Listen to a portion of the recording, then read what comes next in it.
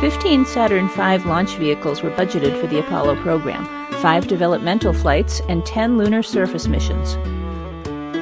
NASA planned to use leftover Apollo equipment for the Apollo Applications Program, or AAP. One of the key missions planned for AAP was a simple space station built inside the upper stage of a Saturn 1B.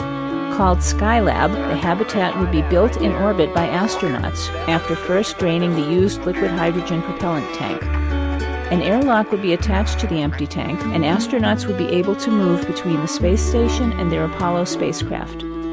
This configuration, known as the Wet Workshop, had several opponents in NASA management, but NASA's head of the Manned Spacecraft Center, George Mueller, was convinced the space station could be outfitted in orbit by astronauts.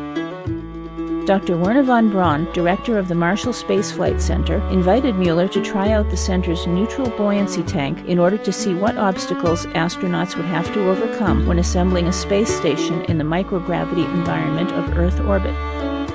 Mueller agreed to the experiment, donned a spacesuit, and entered the underwater simulator. The first step in building the station would be to remove more than a dozen bolts from the liquid hydrogen tank in order to install the station's airlock. Mueller attempted to remove the first bolt, but found he couldn't turn the bolt without spinning himself around underwater. There was no way to hold on to the slippery surface, and maintaining a grip on the tools was painful in a pressurized spacesuit. After several attempts, Mueller gave up, returned to the surface, and told von Braun he had changed his mind about a wet workshop. A Saturn 1B was incapable of lifting a dry workshop into orbit, but due to budget restrictions, the final 3 proposed lunar missions were canceled, freeing up a Saturn V that was able to carry Skylab into space.